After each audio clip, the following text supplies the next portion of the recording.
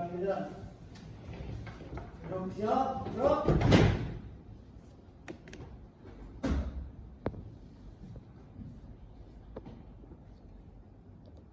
Babon pasal 13 jumlah 24. Angkat siap mengerti perkuliahan. Laksanakan.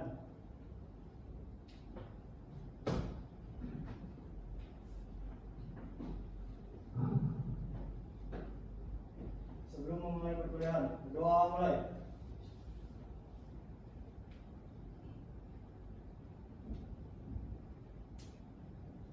Doa selesai. Istirahat di tempat, gerak. Selamat pagi. Selamat pagi semua taruna taruni TD 13 ya. Gimana kabarnya? Sehat semua? Alhamdulillah. Untuk kehadiran ada yang apakah semua hadir? Siap. Hadir semua. Lengkap ya? Lengkap. Lengkap. Oke.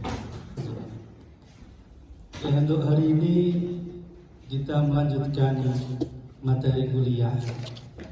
Hari ini di sesi kedua. Jadi pertemuan sebelumnya di sesi pertama saya sudah sampaikan pengantar ya, pengantar terkait dengan metode penelitian. Jadi di pengantar kemarin saya sampaikan bahwa untuk melaksanakan perkuliahan metodologi penelitian, kalian harus menguasai materi-materi terkait penyusunan artikel ilmiah. Ya, khususnya kemarin saya sampaikan ada pendahuluan, ada kajian pustaka, dan kajian teori, dan juga metode penelitian sendiri. Jadi ada 3 bab utama yang nanti harus kalian pahami, karena ini sebagai kunci dasar.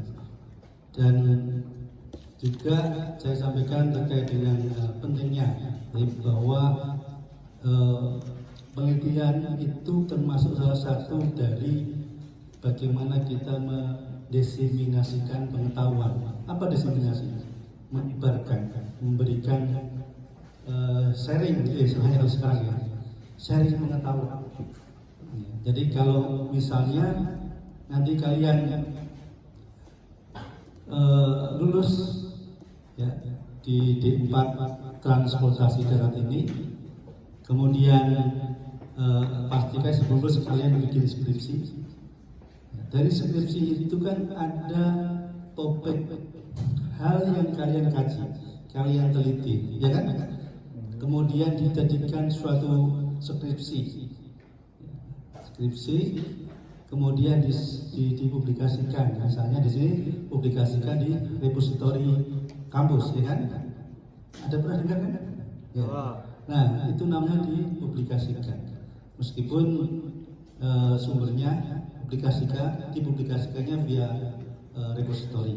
Paling tidak hasil karya ilmiah kalian itu nanti bisa dibaca oleh orang lain. Tidak hanya di sini di internal STTD, tapi juga bisa dibaca di luar. Jadi kalian hasil pengetahuan kalian terkait dengan suatu topik tertentu itu bisa dipahami benar oleh orang lain. Ya, misalnya kalian mengkaji, membahas terkait dengan keselamatan suatu jalan raya, karena di situ sering terjadi kecelakaan gitu ya. Dibahas, kemudian dikaji secara teori, secara konsep apapun itu, kemudian menghasilkan suatu hasil penelitian yang nanti hasil itu bisa berupa saran atau rekomendasi ke pihak-pihak terkait. Akhirnya dari pihak terkait akan memberikan istilahnya menepati janjinya lah gitu ya, atau mengikuti apa yang kalian rekomendasi. Akhirnya dengan diberikan ya ditempatinya itu, sehingga dikasih rambu, dikasih apa, sehingga di jalan itu bisa berkurang, minimal berkurang, tingkat kecelakaannya minimal berkurang. Jadi skripsi aja kan bermanfaat. Ya, tujuannya penelitian adalah bahwa hasil yang kalian dapatkan dari penelitian itu adalah bermanfaat bagi orang lain. Ya, itu punya seperti itu. Jadi kalian menulis skripsi, kalian menulis karya ilmiah atau sejenis itu, intinya adalah supaya yang kalian hasilkan karya kalian itulah bermanfaat bagi orang lain. Simpel, meskipun dalam bentuk pengetahuan, gitu ya. Meskipun itu, jadi bermanfaat itu bukan hanya kalian ngasih uang ke orang yang nggak punya, itu memang bermanfaat iya. Tetapi tidak hanya itu, kalian menemukan suatu pengetahuan baru dari hasil penelitianmu, itu juga bagian dari pengetahuan, dan jika didiseminasikan ke orang lain berarti bermanfaat bagi orang lain. Sama ya, konsepnya sama ya. Itulah yang kita akan bahas, tapi saya akan masuk ke bagian konsep etika dalam penelitian ya, konsep etika dalam penelitian. Jadi di sini satu kata kunci, kalau saya istilahkan, kalau dalam penelitian namanya variabel. Ingat ya, nanti variabelnya adalah etika. Nah, nih. Jadi nanti ada di penelitiannya ada istilahnya variabel. Nah, ini dari satu judul ini konsep etika dalam penelitian, berarti ini variabelnya adalah etika. Jadi nanti kalau di dalam penelitian pasti Anda akan berbicara dengan variabel penelitianmu apa. Misalnya tadi saya bahas terkait dengan keselamatan jalan tadi kan, keselamatan lalu lintas. Jadi variabelnya keselamatan lalu lintas. Itu dalam penelitian nanti harus ingat betul. Kalau dari judul ini saya ambil judul ini konsep etika dalam penelitian, berarti variabelnya adalah etika. Gitu. Jadi kalian dalam menyusun penelitian nanti harus beretika. Itu kuncinya. Jadi yang beretika tidak hanya pemimpin, tetapi penelitian pun kita dituntut. Penelitian pun kita dituntut untuk beretika. Apa itu nanti kita akan jabarkan detail. Gitu ya. Jadi etika itu kalau dilihat dari tampilan gambar ini terlihat di atas dibandingkan ada values, nilai ya, values itu nilai. Kemudian ada integritas, ada prinsip ya, punya prinsip-prinsip tertentu mungkin kalian punya. Nah, ada akuntabilitas, dan itu semua masih di bawah etik. Kalau di secara global kadang dibahas bahwa etika itu di atasnya hukum. Misalnya ada proses pengadilan, selesai prosesnya sampai inkrah keputusan, tapi terkadang keputusan yang didapatkan itu kadang-kadang tidak sesuai dengan etika. Atau mungkin contoh yang terjadi sekarang, misalnya gini, ada kalian ya, ada seorang pengemis minta bantuan, atau orang minta, kalian kasih duit 1 juta, misalnya ya, 1 juta, bagus nggak? Bagus kan? Namanya orang butuh duit, kalian kasih bagus. Tetapi cara ngasihnya kamu lempar ke kepalanya, bagus nggak? Secara etika tidak bagus. Tetapi kamu baik karena kamu baik. Ya, kalau kamu lemparnya pakai duit kertas, emang sakit nggak? 4 juta gitu ya, pas ratusan ribu, 10 lembar.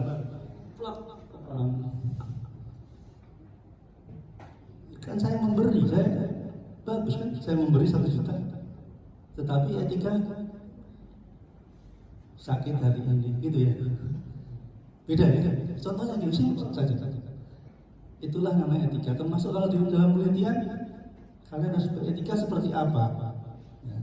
Mungkin baru 1-2 tahun terakhir yang digaungkan bahwa penelitian itu harus beretika. Contohnya, kalian menulis tidak boleh copy paste. Karena kalau copy paste berarti kalian copy punya orang lain. Betul nggak? Orang lain, tulisan orang lain, karya orang lain, kamu copy dan kamu nyatakan itu punyamu. Jadi itu tidak beretika. Ya, contohnya seperti itu. gitu ya. Nah, mungkin ada yang mau menyampaikan contoh yang lain seperti apa? Ya, contoh misalnya dalam penelitian ya, kita fokus ke penelitian yang tidak beretika selain copy paste apa? Ada yang mau menyampaikan? Apa misalnya? Saya contohkan kalian copy paste, ya copy paste mungkin dari suatu publikasi ilmiah skripsi yang terdahulu gitu aja ya, simpel. Kamu copy hampir mungkin 1, 2, 3 halaman copy paste di tulisanmu dan tanpa menyampaikan sumbernya, itu namanya adalah ya tadi kurang etika, tidak beretika. Contoh yang lain seperti apa? Ayo silakan. Ya. Bila menggunakan media AI itu apa termasuk pelanggaran etika? Menggunakan media AI, jadi sekarang AI kan beragam, mau dengan aplikasi apapun. Nah, jika itu AI itu kamu pakai yang bikin kamu sendiri, misalnya kan kadang kalian bisa kan desain kamu sendiri. Tetapi kalau itu memang hasil karya orang lain full, kamu hanya ada di Google misalnya, itu AI-nya orang lain, kamu copy, itu juga sama. Tapi kalau kamu ada aplikasi tertentu yang produk untuk AI gitu ya, misalnya kalian bisa pemrograman lah gitu ya, atau bisa aplikasi tertentu yang terkait dengan AI, kemudian kamu desain sendiri nggak masalah, asalkan kalian tidak copy paste betul dari punya orang lain, ya, gitu. Jadi polanya adalah selama kalian copy paste, contoh simpel skripsi kakak tingkatmu gitu ya, simpel saja. Kalian contek, ya meskipun kalian tulis ulang di pakai laptop ya, karena nyonteknya di perpus misalnya ya, simpel saja. Ya, itu sama kalimatnya yang nyusun juga seniormu ya, alumni. Ditulis ulang sama persis gitu. Kecuali kalau kalian merubah yang kemarin saya sampaikan namanya parafrase ya kan? Pasti pertemuan sebelumnya sedikit saya singgung parafrase. Nah, kalau seperti itu oke. Berarti kalian mengutip punya alumni ya, seniormu, dan kalian bikin dirubah menggunakan parafrase. Dan yang paling penting kalian harus mencantumkan sumbernya. Jadi bukan setelah diparafrase terus sudah titik gitu, enggak. Tapi harus mencantumkan sumbernya. Sumbernya ya, misalnya dari publikasi sebelumnya, ya dari mungkin ya skripsi yang lain atau skripsi dari karya-karya orang lain. Nah, kemudian kamu parafrase, tetap harus menampilkan sumbernya. Kalau tidak, berarti itu masih dianggap tidak beretika. Itu simpelnya seperti itu. Jadi inilah saya kembangkan kenapa dalam melakukan penelitian kalian harus beretika. Itu simpelnya seperti itu. Nah, mungkin dulu nggak pernah dibahas hal ini, ya, kita nggak pernah bahas hal ini, gitu ya. Jadi kita misalnya mengutip karya orang lain dari publikasi ilmiah, karya ilmiah, itu contohnya apa? Selain skripsi apa? Mari sudah saya sampaikan. Apa? Jurnal. Oke, jurnal. Jadi sekarang ini yang menjadi referensi utama adalah yang namanya jurnal. Ya, referensi utama dalam penulisan karya ilmiah adalah jurnal. Ya, selain jurnal ada, silakan. Ya, tesis disertasi boleh. Ya, tesis disertasi itu termasuk dari karya ilmiah tadi yang bisa disitasi. Ya, tetapi kalau skripsi belum. Ya, Sebenarnya kan skripsi belum, tetapi kalau mungkin intinya dari disertasi itu untuk S3 ya. S2 adalah tesis ya, hasil karya akhir dari S2. Kemudian S1 sebenarnya kalau satu mungkin bisa ya, tetapi memang tidak direkomendasikan.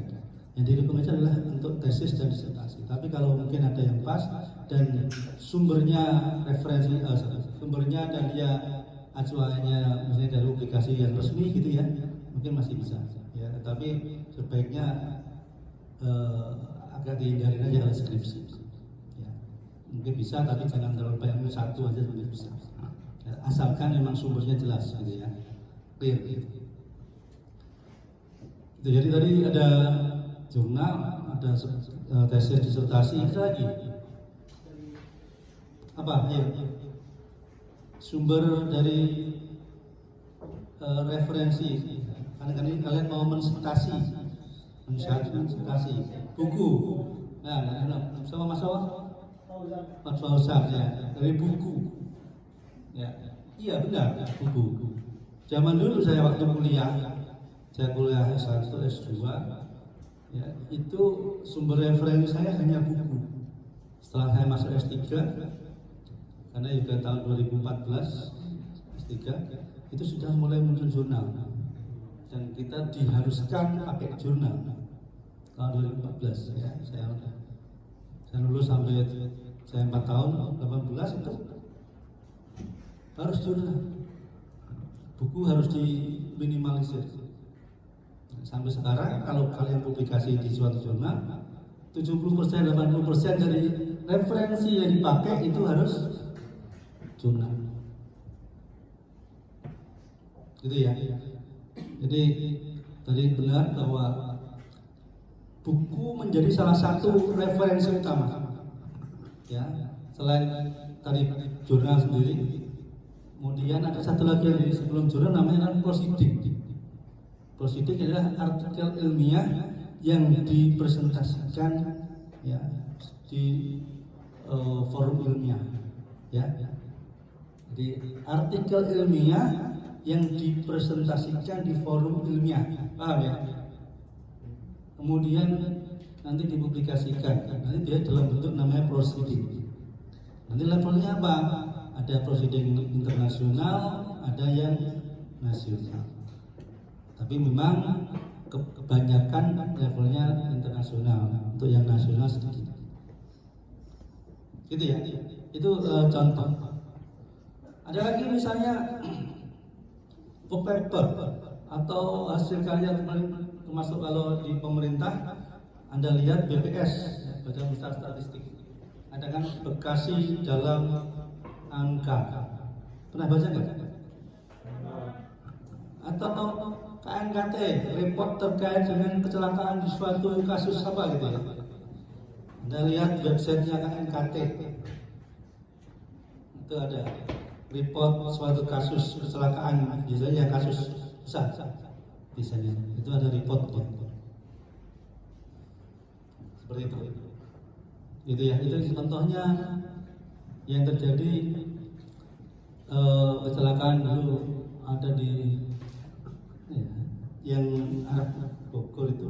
Dulu yang tertangki awalnya perumahan tidak ada lampu merahnya, kemudian dipasang lampu merah dan pelamar pas turunan.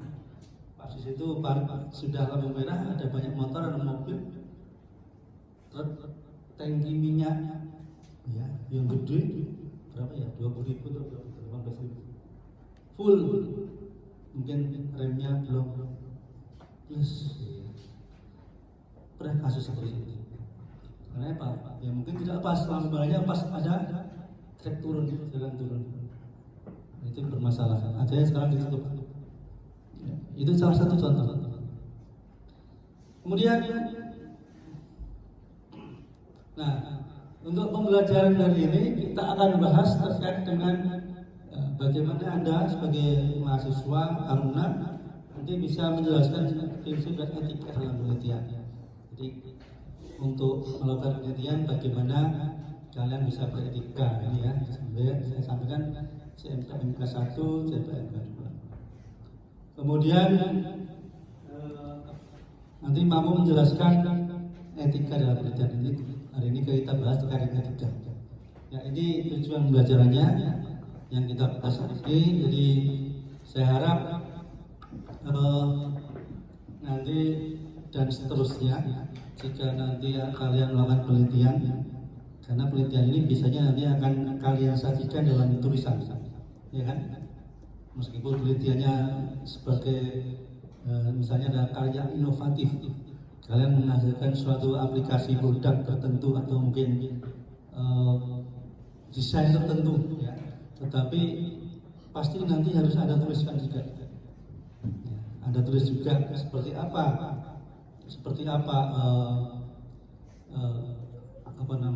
pertama pasti akan mendefinisikan alatnya seperti apa, kemudian tujuannya seperti apa, sampai hasilnya seperti apa, ya sampai dengan kesimpulan. Biasanya seperti itu polanya seperti itu untuk penelitian.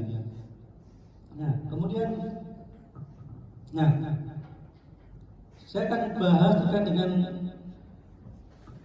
prinsip etika yang ada dalam penelitian. Mungkin saya akan lebih detail. Yang pertama, prinsip etika adalah kejujuran dan integritas. Jadi kalau kalian nanti melakukan penelitian, pertama harus jujur ya. Karena jujur ini nanti pasti akan berdampak pada integritas dari diri kalian sendiri sebagai peneliti atau sebagai mahasiswa, sebagai taruna, dan juga harus berintegritas.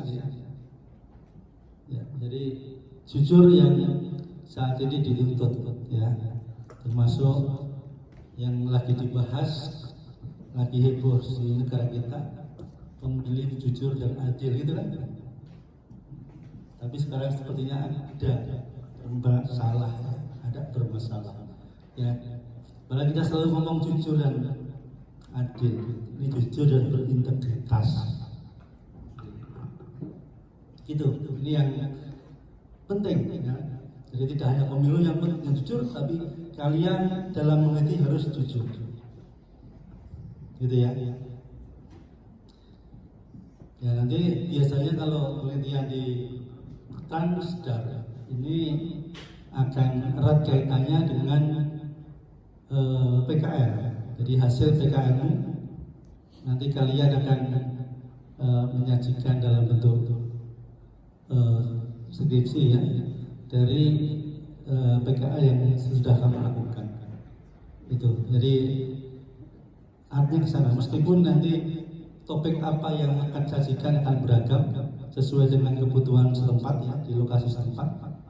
Tetapi paling tidak tadi apa yang kalian nanti sampaikan di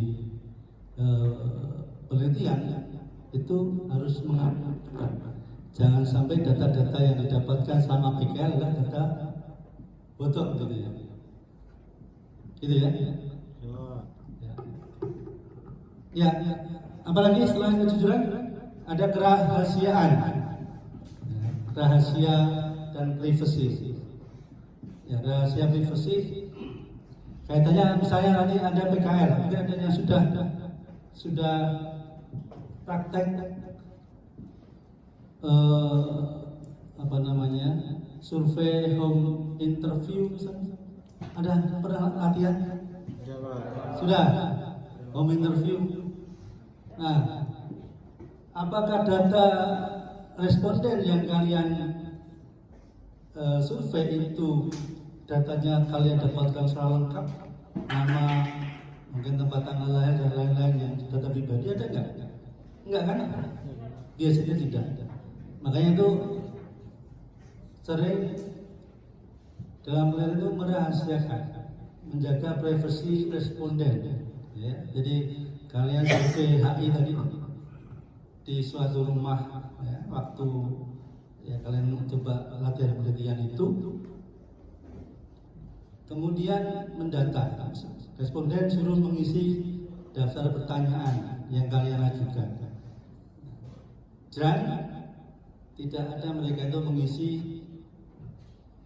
data pribadi, ya kan? Ya kalaupun ada biasanya silakan, mau diisi silakan, kalau tidak juga nggak apa-apa, gitu ya. Kalau di Si mereka ngisi sendiri berarti istilahnya kalaupun data pribadi dipublish nggak masalah karena dia sudah mengiyakan gitu kan. Intinya kita harus menjaga kerahasiaan privasi dari responden, intinya begitu. Kemudian keadilan, adil. Jadi maksudnya pemilihan adil adalah misalnya gini ya. Jadi pemilihan responden ini harus sesuai dengan pola pengambilan sampel yang proporsional. Apa misalnya? Ya, misalnya sini STTD mau mengadakan pemilihan taruna terbaik, misalnya. Kemudian disurveilah, ya, nanti masing-masing kelas, misalnya ada 50 kelas misalnya, ya. Disurveilah 50 kelas itu, diambil sampelnya 2 setiap kelas, gitu ya. 2 kalikan 50 sebagai sampel. Ya. Nah,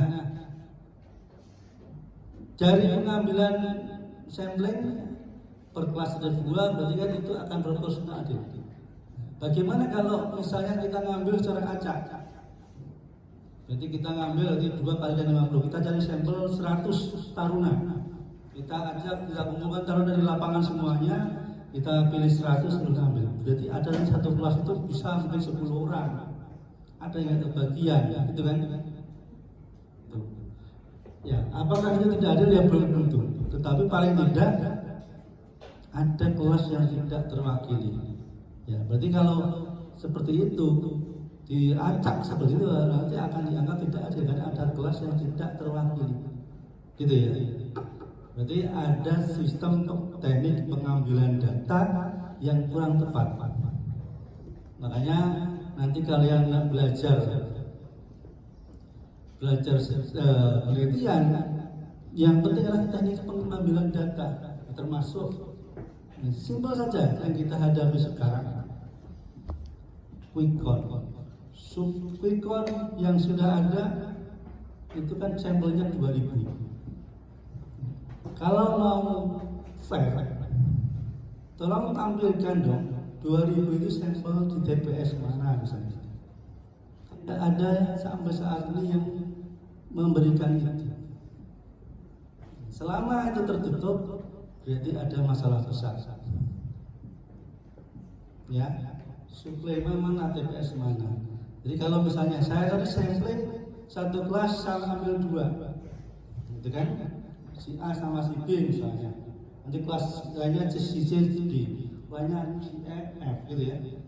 Masing-masing datanya detail, lengkap si A, si B, ada semuanya yang mewakili kelas. Ya. Tetapi kalau tadi saya ambil sampel 1 TPS, ya, terkadang apa yang disajikan, karena saya tahu persis bagaimana metode quick count, saya paham benar, bagaimana caranya juga paham, bagaimana mungkin saya sudah tahu persis. Tapi ada yang aneh aja bagi saya, ada yang sangat aneh. Gitu. Ya, jadi teknik proporsionalnya harus dikembangkan. Ya, tadi kan saya ambil satu kelas diambil 2 misalnya, itu akan pas. Jangan sampai yang diambil adalah misalnya 2 itu, terkadang kita harus pastikan bahwa 2 karena kita mau memilih kandidat taruna, kita pilih, jangan sampai itu kita pilih yang orang yang paling dekat dengan istilahnya responden yang kita ambil yang dekat dengan taruna, ya, jangan seperti itu. Tapi kita yang umum, yang standar saja. Jadi kita pilihnya juga tidak kita pilih dengan tujuan tertentu, ya, seperti itu. Jadi kita harus sesuaikan dengan pola-pola yang normal. Gitu. Itu kalau mau pilihan kita adalah pilihan yang baik, ya, yang jujur, yang adil. Gitu. Jadi teknik pengambilan data itu sangat penting dalam penelitian. Jangan sampai kita memilih sampel ya sesuai dengan keinginan kita. Itu pasti akan nanti hasilnya ya akan dipertanyakan. Nanti kalau diuji masuk ke tahap berikutnya pengujian uji statistiknya, karena datanya mungkin ada yang data masalah, nanti ada uji normalitas data misalnya. Kalau pengambilan datanya kurang pas, nanti datanya tidak normal, biasanya akan masalah. Jadi ada tahapan dalam film banyak, termasuk itu. Jadi ada pengambilan data, ya, kemudian pengumpulan sampai pengolahan datanya, kemudian diuji datanya, ya, pengolahan uji data itu. Ya. Kalau datanya tidak normal, pastinya nanti akan menjadi masalah. Berarti nanti akan di outputnya, hasilnya tidak akan valid, tidak akan bagus, gitu ya. Itu yang terjadi. Makanya untuk meneliti memang salah satu yang bermasalah, yang paling masalah dan cukup berat dilakukan adalah teknik pengambilan data. Itu juga sangat. Termasuk kalian contoh survei di HI, survei HI, home interview. Itu juga pengambilan datanya sebisa mungkin juga harus pas. Jangan asal aja, misalnya asal kita ngambil HI anggapannya di satu sekolah tertentu atau di satu pasar saja supaya biar cepat. Secara waktu biar cepat iya, tetapi apakah itu pas? Tidak, karena tidak memenuhi proporsional data. Itu ya, itu contohnya seperti itu. Kemudian perlindungan terhadap partisipan yang rentan, ya mungkin yang sudah tua, yang mungkin ada gangguan, ya, ada mungkin anak-anak jika mungkin, atau ada yang disabilitas, itu kita harus lindungi, jangan sampai ya kita samakan dengan yang lain, gitu ya, sama dengan normal ya Mas. Kita harus menjadi bagian dari perlindungan utama. Kemudian perlu juga transparansi dan reproduktibilitas. Jadi kalau kita melakukan penelitian harus transparan, harus mengungkapkan sumber sampel kita dari mana. Tadi ya, kalian survei HI, sampelnya dari si A, si B, si C. Ya, mungkin ada yang tidak secara lengkap datanya enggak, tapi Anda saksikan bahwa saya di rumah sono ya, ada titiknya rumahnya. Ya.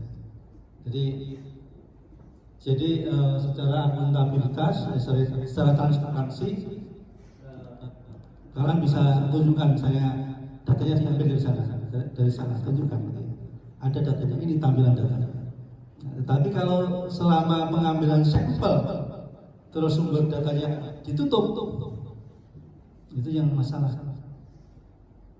Ya, kalian udah memberikan report hasil home interview misalnya.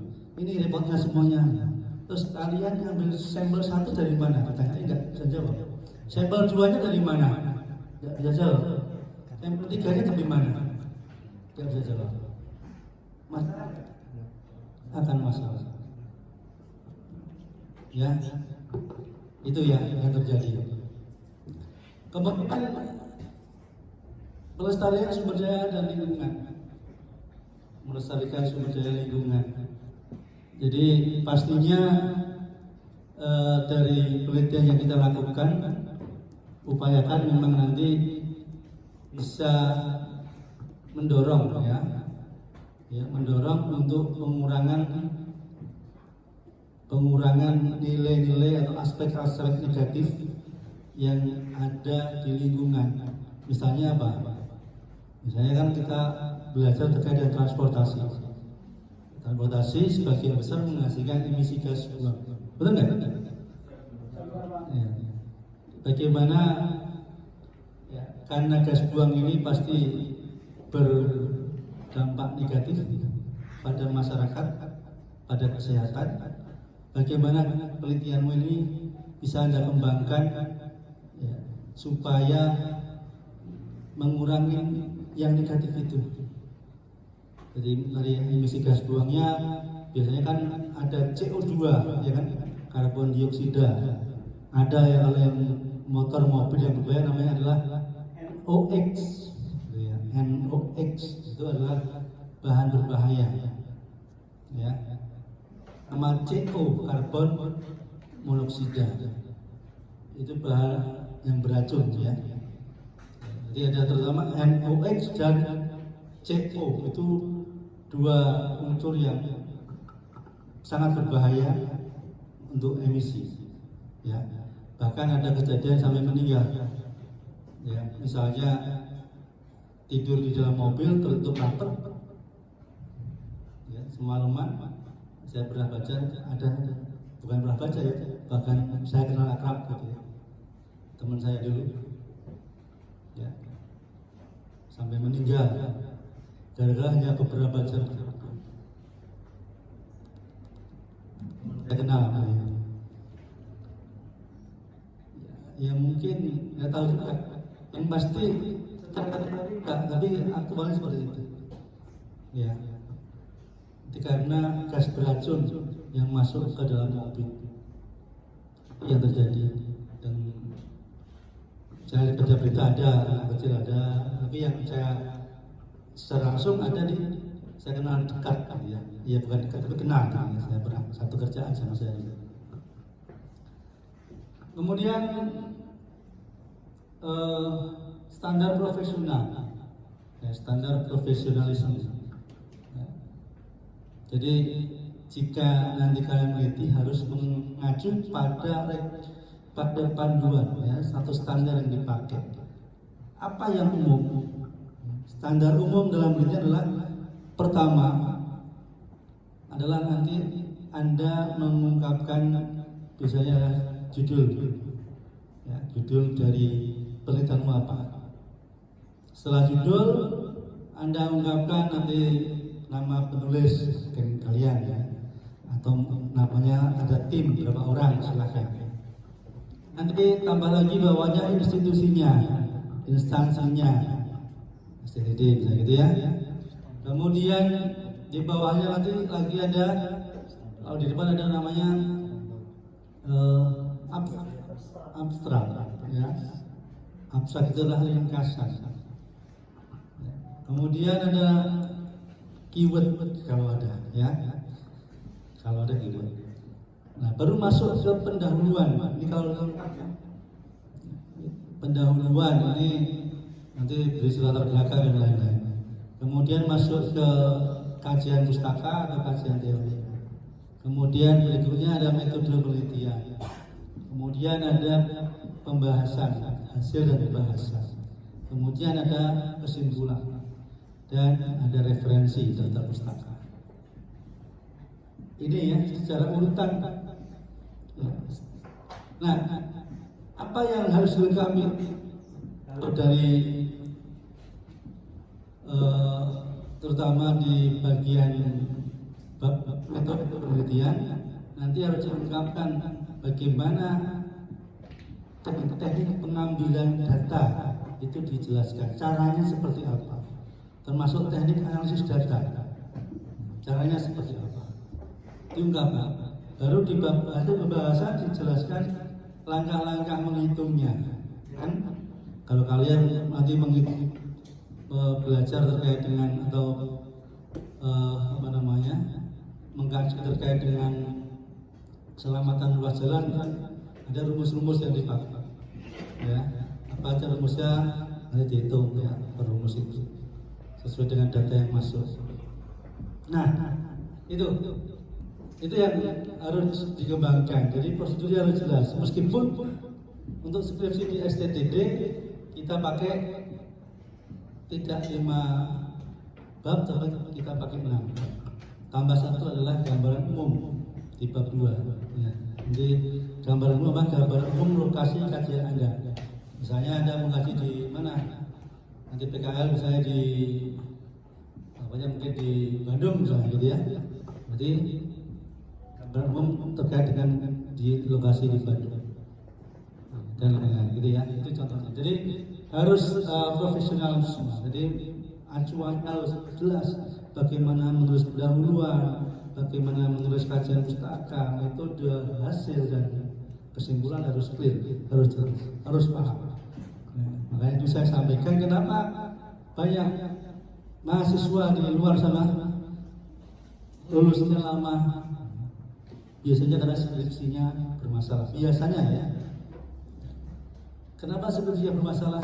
Karena metode penelitiannya tidak menguasai. Itu kuncinya. Kalau nanti Anda bisa menguasai, akan sangat luar biasa. Pasti akan mudah. Nah, tadi peran kejujuran, integritas dalam penelitian. Jadi kalau Anda jujur dalam meneliti, pasti nanti akan menjadi publik percaya. Nanti kalian jujur dalam membuat skripsi, jadi nanti di adik tingkatmu ya, wah berarti kakak saya ini bagus ini tulisannya, keren gitu ya. Jadi percaya dengan hasilnya, gitu ya. Nah, jadi penelitianmu dianggap akan punya nilai yang positif, gitu ya. Jadi ada kepercayaan yang timbul yang dihasilkan dari si pembaca. Kemudian kredibilitas ilmiah, dari kejujuran, integritas, maka kredibilitas ilmiahnya akan naik. Jadi karena tulisan ilmiahmu itu jadi merujuk pada referensi ilmiah yang terkini, terupdate, kemudian cara penulisanmu juga bagus ya sesuai dengan acuannya, kemudian model tulisannya juga bagus, itu juga akan menjadi bagian dari kredibilitas suatu karya ilmiah. Kemudian pencegahan plagiarisme, ya, plagiarisme, ya, plagiat, ya, contohnya copy paste tadi. Jadi supaya Anda tidak membuat plagiarisme, makanya harus memahami bagaimana mensitasi, bagaimana memparafrase, gitu ya. Itu yang harus Anda lakukan untuk mengurangi plagiarisme. Jadi karena untuk mengecekkan plagiarisme nanti ada toolsnya, ada alat yang dipakai. Saya dulu sudah menyarankan untuk skripsi di sini nanti sebelum ujian dicek plagiarismenya. Nanti maksimal berapa? Misalnya 20 atau 25%. Gitu ya misalnya. Kalau di atas itu ya dianggap harus mengulang, maksudnya merubah sampai dengan di bawah 25% misalnya. Nah, pengecekannya menggunakan tools yang kalau di sini sering dipakai namanya Turnitin ya. Untuk pengecekan plagiarisme, Turnitin saya tulis. Pengecekan plagiarisme biasa kalau di sini sering pakai namanya Turnitin.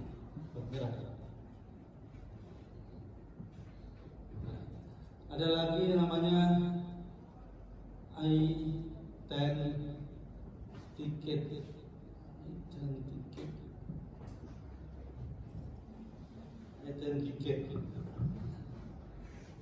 Ya kalau di Indonesia memang paling banyak adalah Turnitin ya. Turnitin ya.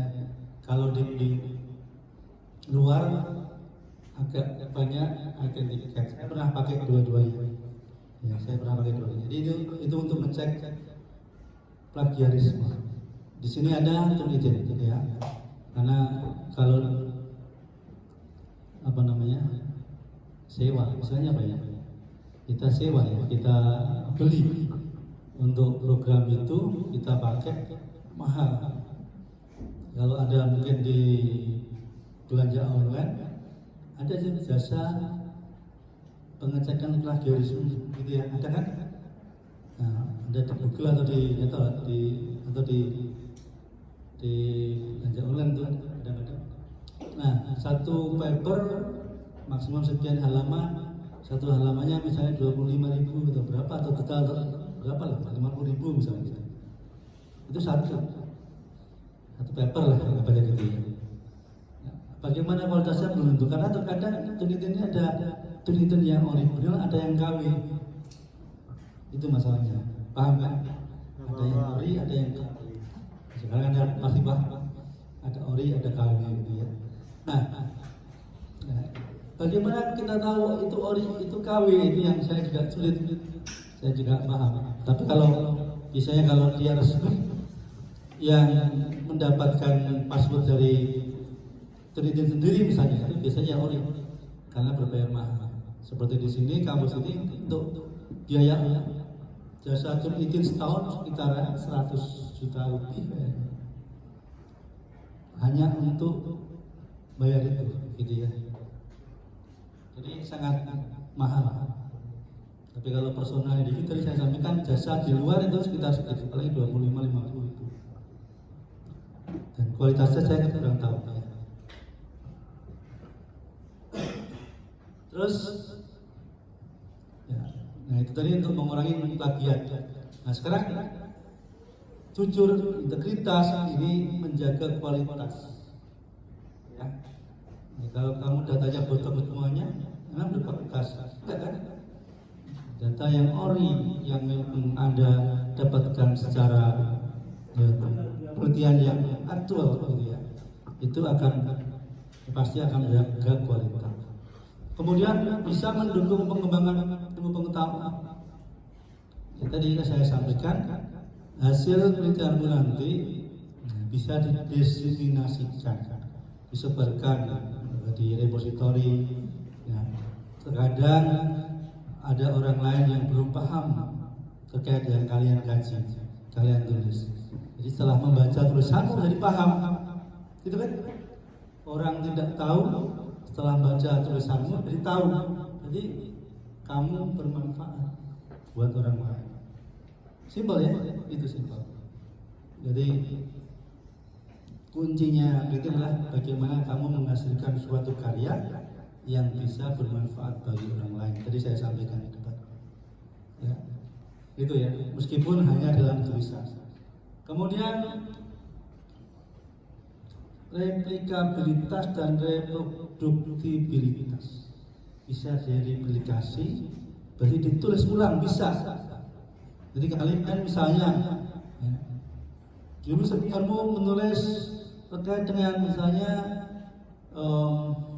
keselamatan jalan, ya, keselamatan lalu lintas lah, ya, jalan Kalimalang, ya kan, saya belajar. Karena Kalimalang termasuk yang cukup banyak kejadian, ya kan. Nah, ada yang nulis itu, kemudian kalian nulis lagi, nggak apa-apa, nggak apa-apa. Mungkin ada penelitian di tahun 2020 di Kalimantan ya, terkait dengan keselamatan lalu lintas. Kemudian sekarang kalian tulis lagi tahun 2024, nggak masalah. Kan beda, dulu waktunya dulu, sekarang waktu sekarang. Data yang kalian ambil pun juga berbeda. Betul nggak? Dia yang dulu ngambil data tahun 2000, ya 2020 misalnya. Sekarang kalian ngambil data sekarang tahun 24. Beda kan? Variabelnya sama. Ya topiknya tadi apa? Keselamatan lalu lintas. Sama kan? Sama. Tapi yang kalian survei respondennya dan lain-lain itu berbeda meskipun tempatnya sama. Ya tempatnya di Jalan Kalimalang sepanjang mana saya. Sini saya ya. Sampai dengan mana? Bekasi Timur ada ya. Misalnya gitu ya. Jadi titik-titik cari mana kalian telusuri. Data yang lalu seperti ini, data sekarang seperti ini. Berarti mungkin bukan menolak atau menentang penelitian lalu, tapi apa perubahan yang terjadi? Apa tren yang terjadi perubahan keselamatan di Kalimalang itu? Gitu kan? Itu yang terjadi. Jadi ini kan namanya replikabilitas. Jadi mengkaji ulang di lokasi yang sama. Ya, lokasi sama, tetapi waktunya beda. Boleh, nggak masalah. Yang tidak boleh adalah penelitian yang lalu tahun 2020 kamu copy paste anggap punyamu gitu. Gitu ya. Itu yang nggak boleh seperti itu.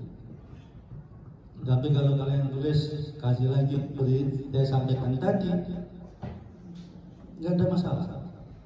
Tapi kalian harus ungkapkan kebaruannya apa yang berbeda dari yang sebelumnya. Itu harus kalian tonjolkan. Dulu pernah penelitian ini di sini tahun sekian, jumlah responden sekian, seperti datanya. Yang berbeda dengan saya sekarang ini, itu kan, itu disampaikan. Ya, itu replikasi. Terus reproduktivitas hampir sama, direproduksi kembali. Ya, padahal di lokasinya sama, ya.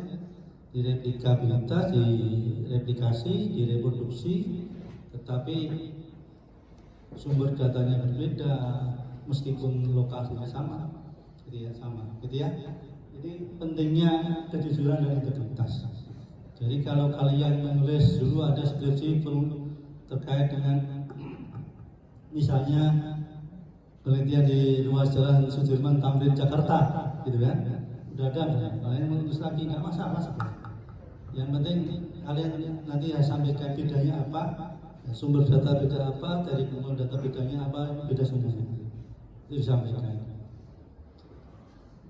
Peran penting kerahasiaan dan privasi, ya, perlindungan subjek tadi sudah saya sampaikan juga. Jadi untuk melindungan responden tadi. Kemudian untuk kepercayaan juga sama. Nanti akan semakin percaya kalau kalian mengungkapkan data yang disampaikan ini, ya. Kemudian penelitian ini disaksikan dari sumber responden yang memang harus jaga rahasianya, sehingga nanti apapun itu hasilnya nanti bisa benar-benar sesuai yang kita harapkan, sehingga nanti bisa dipercaya oleh siapapun itu, ya, termasuk responden sendiri. Kemudian mematuhi hukum, ya, kepatuhan hukum. Ya, nanti jika ada yang melanggar, ya, misalnya penelitiannya, perjanjiannya data pribadi saya tidak boleh disebarkan, ada kan gitu? Nggak boleh. Terus ternyata tahu-tahu muncul di medsos, tahu-tahu gitu ya, bisa diklaim, bisa dilaporkan kasus. Karena sudah ada perjanjian, ya. Karena siapa tahu itu hal yang sensitif, ya, yang cukup ya menjadi bisa viral kalau itu diungkapkan, termasuk data data berbagai hal ya, ekonomi, sosial, termasuk politik. Itu ada data rahasia yang sebagian harus ditutup, gitu ya, tidak boleh dipublish. Ya. Kemudian kebebasan akademisnya, kita di kampus akademis, ya. Jadi kita harus bebas mengeluarkan suatu kajian, gitu ya, kajian masuk, kalian menghasilkan kajian terkait dengan transportasi nanti bebas. Topiknya apa aja silahkan. Intinya nanti bisa mengembangkan pengetahuan, ya, bahwa itu yang kalian hasilkan adalah bermanfaat. Itu kuncinya. Apapun itu silahkan. Topiknya apa saja silahkan. Yang saya dorong adalah topik-topik skripsi penelitian yang punya kebaruan tinggi. Misalnya apa? Tadi saya bahas emisi, ya. Bulan Agustus September kemarin Jakarta mengalami fenomena lingkungan yang tidak baik, ya kan? Dengar nggak? Kalau di berita ada merah di wilayah Jakarta, betul nggak? Sekitar Agustus September itu. Apa yang terjadi berikutnya? Ada WFH sebagian kantor, benar ya? Masalahnya dari mana? Yaitu memang udara Jakarta jelek. Itu ektornya, ya. Tapi sumbernya dari mana? Yang disalahkan adalah transportasi. Itu. Ya, sebaiknya memang iya transportasi berkontribusi, iya. Tapi secara riset kontribusi transportasi itu sekitar hanya 30% maksimumnya, ya. Kalau seperti itu berarti ada unsur lain. Berarti unsur lain dari luar yang masuk. Ya, kalau di sektor transportasi harusnya kan setiap anggap aja hari kerja, Senin sampai Jumat kan ada kendaraan dari luar Jakarta masuk di area Jakarta. Berarti kan itu kan stabil, akan setiap hari akan seperti itu sama. Nah itu kenapa hanya hari tertentu yang berbeda, beberapa sampai 1-2 minggu itu berbeda. Berarti ada, saya pastikan itu ada unsur lain dari luar yang masuk terkait dengan polusi udara ini. Nah, indikasinya adalah itu dari asap PLT, yang kan Suryalaya yang arah Merak sana. Indikasinya adalah dari sana. Jadi asap dari PLT di seluruh uap ini, pembangkit listrik Suryalaya itu kan bahan bakarnya dia pakai batu bara. Kemudian masuklah ke udaranya, asapnya masuklah ke arah Jakarta. Sepertinya arahnya ke sana ya, kemungkinan besar. Atau mungkin pabrik-pabrik lain yang sudah seperti. Jadi bukan full karena transportasi. Terbukti sampai sekarang pun nggak ada masalah, nggak ada berita itu lagi. Itu makanya siapa tahu Anda bisa tulis gitu ya. Itu bisa menjadi kajian ya. Belakangan saya juga tulis terkait dengan carbon footprint, mulai terkait dengan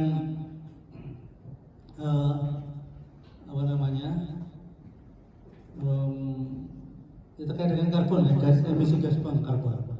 Saya juga menulis dan menunggu publikasi. Kemudian topik yang lain misalnya inilah yang dekat aja ke saya. Jalan layang tol atau namanya MBZ, ya, jalan layang MBZ, jalan tol layang. Panjang hampir sekitar 40 kilo dari Cikarang Kerawang Timur itu 50 km 50 sampai di tol apa sebelum Jawa ya. Itu sekitar KM 10 ya. Sekitar KM 10 itu berapa? Nah, dari 10 sampai dengan 50, berarti 40 kilo kira-kira. 40 kilo kalau naik di atas mungkin ada banyak yang kan. Saya malah belum pernah. Di sini kan nggak lewat soalnya. Kalau naik ke atas kecepatan misalnya anggap aja itu kan 40 kilo ya 80 km per jam kecepatan misalnya 80 berarti sekitar setengah jam perjalanan dari titik awal naik sampai akhir setengah jam dengan speed 80 sama ya. Kalau speed sama itu bisa kan ngantuk, betul nggak? Resikonya tinggi kalau speednya kencang terus itu bisa biasanya gitu. Kan saya juga sering nyetir ke kampung macam-macam. Nyetir biasanya 4 jam, 3 jam saya istirahat. Nah itu setengah jam ya. Tapi masalahnya adalah kiri kanannya adalah tembok. Bagaimana supaya ya pengendara anak itu supaya bisa ada pandangannya berbeda, agak variasi. Tambahin apa supaya bisa katanya bisa tetap melek gitu. Simpel kan pertanyaan saya. Kamu mau tambahin apa di fasilitas jalannya itu supaya agak menarik, ada pandangan supaya mereka sopirnya juga ini agak kasih hijau-hijauan, tumbuhan apa, rambat seperti apa, visual seperti itu. Bagus kan? Nonton itu, saya kasih clue seperti itu. Apalagi misalnya, yang inilah yang di sekitar kita, ya, tapi skopnya skop nasional, jangan skop kita teliti di depan jalan sini, janganlah terlalu lokal. Misalnya apa? Simple. Misalnya ada yang sering naik ini, anak Anda juga belajar ASDP kan? Nah, di Merak atau di Bali itu, terkadang misalnya ya, di Merak lah misalnya, kapal-kapal feri itu, Anda sadar pernah sering ada anginnya kencang dan lain-lainnya, ya kan? Kapalnya pasti akan bergoyang. Bagaimana? Dulu pernah saya ada kasus sampai kapalnya itu atau mobil truknya itu sampai guling jatuh. Ada kan di TikTok? Gara-gara ini kan? bagaimana bisa mengurangi tingkat kecelakaan itu? Bener nggak? Nah, itu yang kalian tulis. Hal seperti itu yang kalian. Kalau bisa tulis seperti itu nanti akan bisa komunikasi. Jangan menelitinya di jalan depan STD. Kalau Kalimalang masih agak mendingan, ya. Yang levelnya agak naik dikit. Mau di apalagi misalnya? Simpel logistik. Anda tahu apa namanya? Jawa BK itu ada namanya tripod. Jawa BK ada tripod. Ada enggak? Ada yang pernah lihat? Ada. Tripod Jawa BK itu sudah dipinggirkan stasiun sendiri. Maaf Bang, masuk langsung ke tripod. Berarti aksesnya nanti sampai ke Priok. Tetapi pada aktualnya ternyata di Priok itu masih ada harus naik mobil lagi. Itu yang menjadi mungkin salah satu penghambat. Sehingga sampai dulu saya pernah meneliti. Sampai sekarang ya pengguna kereta barang lewat tripod itu ya kurang maksimal.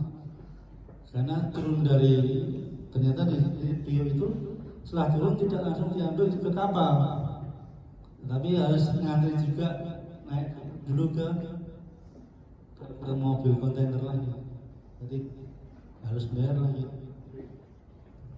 malah ini akhirnya ya tidak efektivitasnya juga itu dikaji lah itu bagaimana meningkatkan itu.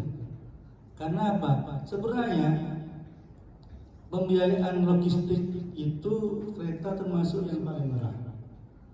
Tetapi kenapa pengembangnya di sini kurang? Ya, konsumennya di Jawa BK kurang, padahal kan di kawasan industri. Ya, topik-topik itu yang menarik. Pasti kalau kalian tulis ada nanti, wah. Gitu. Termasuk nanti kalian ada tugas dari saya, silakan hal-hal jangan hal-hal yang lokal. Ya. Betul. Gitu ya. Peran keadilan ya, nanti pasti kalau ada nanti saya tentukan pengambilan sampel ya representasinya harus rata. Itu harus mewakili ya, mewakili kelompok atau mewakili dari kelas. Tadi kan satu kelas, yang kedua, siapa dua, tapi jangan dekat yang akan kita pilih orang-orang yang tidak terlalu dekat. Gitu ya. Kemudian menghindari diskriminasi ya tadi, wah saya nggak suka sama dia, nggak usah sebutkan diskriminasi jadinya, gitu ya. Itu jadi itu harus dihindari. Kemudian pemilihan sampel representatif, ya mungkin ada hubungannya dengan tadi merata tadi, tapi pemilihannya harus mewakili apa yang kita tuju. Misalnya dari mengambil sampel terkait dengan tadi di Merak tadi kapal kita mau survei kenapa kejadian pas ada badai angin kencang di Merak ada kejadian seperti itu ya, sampai kendaraannya sampai guling itu kan ada kejadian apa masalahnya kita survei mungkin beberapa kapal kita survei terjadi misalnya ternyata kapalnya mobilnya tidak diikat secara aturan bahwa mobil yang ada di kapal itu harus diikat ya, pada aktualnya jarang sekali mobil yang diikat ya diikat di masing-masing itu ada ikatannya sebenarnya. Dan saya kapan itu ke Lampung bulan apa ya, November saya ke Lampung bawa mobil juga nggak diikat gitu ya. Secara aturan harusnya diikat tapi aktualnya enggak. Masalah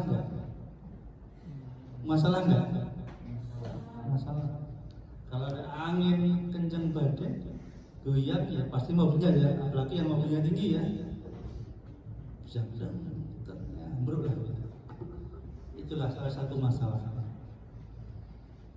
Itu bisa terjadi Tapi harus cari data kali ya.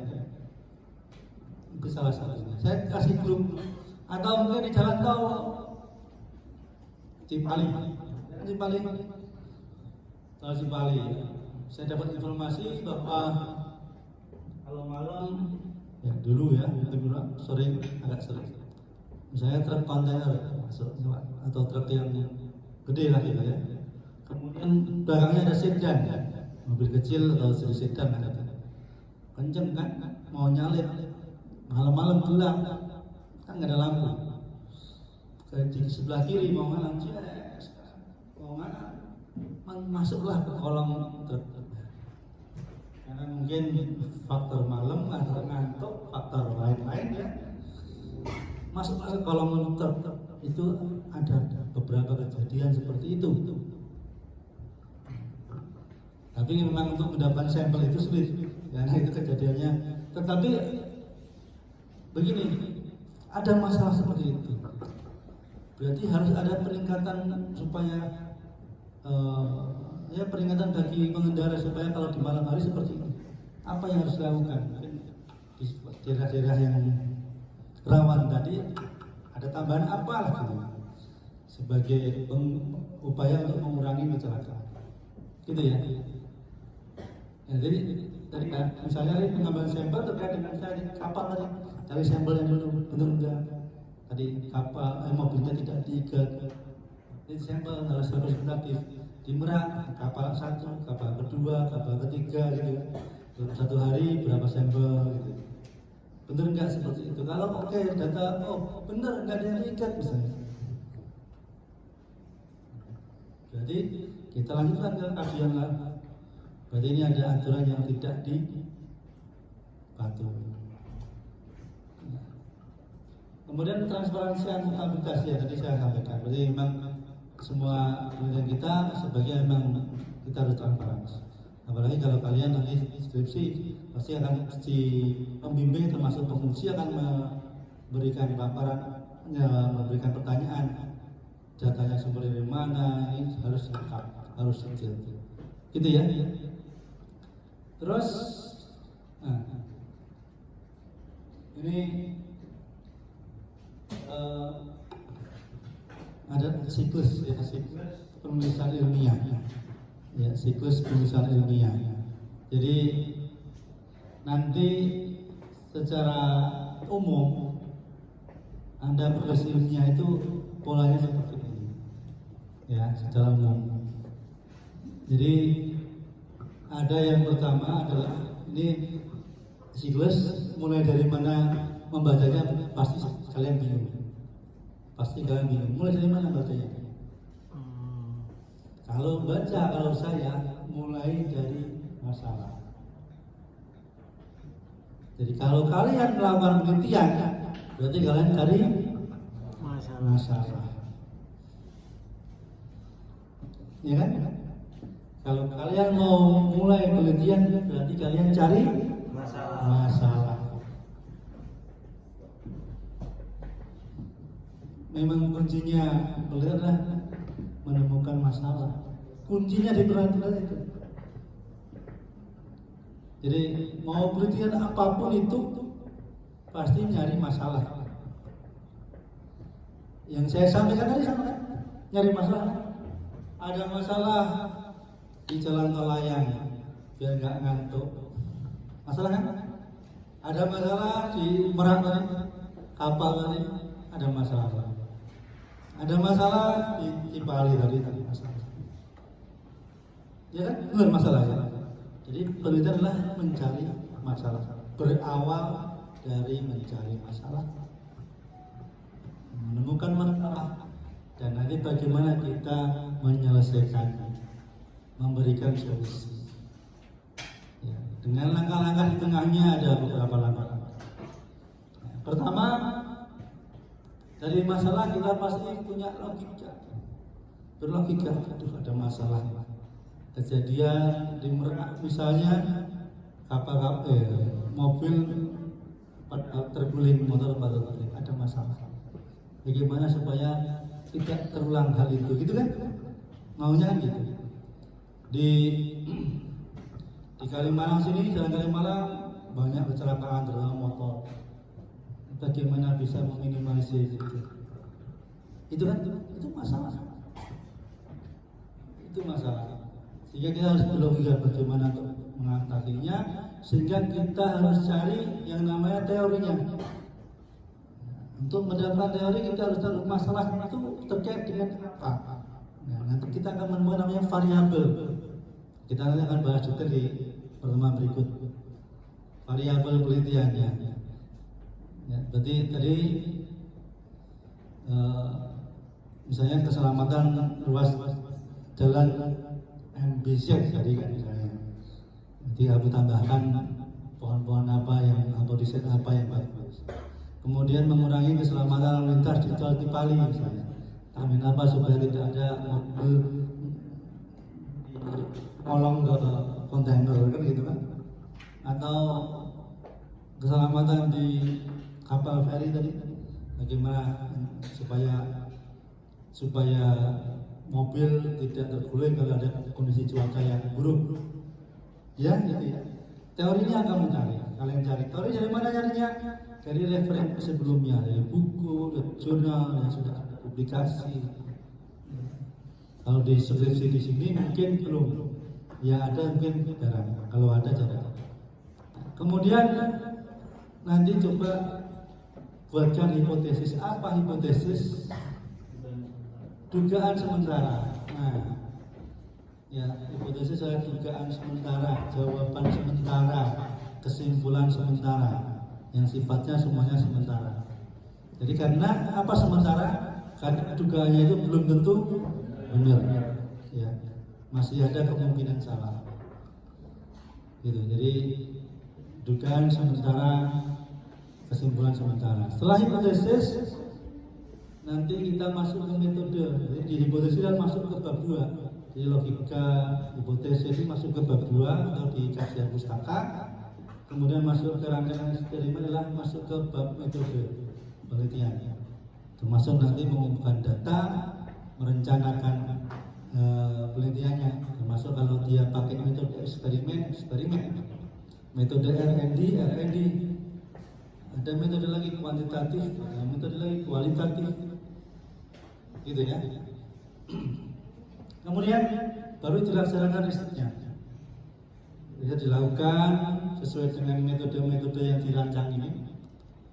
Dilakukan sehingga nanti didapatkan hasil, ya. Dilakukan dengan data. Data-data didapatkan dari perhitungan, ya, dari rumus, ya, dari matematisnya, dari statistik atau dari apa, dari desain silahkan, dari aplikasi silahkan. Baru nanti dianalisis dan diinterpretasikan, analisis dan diinterpretasi, ya. Itu nanti ini yang menunjukkan kualitas dari penelitian. Itu adalah analisis dan interpretasi. Kemudian terakhir masuklah ke disimpulkan. Karena kesimpulan di sini adalah menjawab tujuan dari masalahnya. Ada masalah seperti ini, ya, tujuan itu adalah menyelesaikan masalah itu kan. Nah, tujuan itu nanti harus dijawab di kesimpulan. Ya, jawaban di kesimpulan adalah sebagai salah satu solusi untuk mengatasi masalah ini, untuk menyelesaikan masalah. Jadi ada masalah, ada pemahaman pengetahuan yang harus kamu pelajari, ada cara-cara yang harus kamu lalui untuk melakukan kajian dengan perhitungan,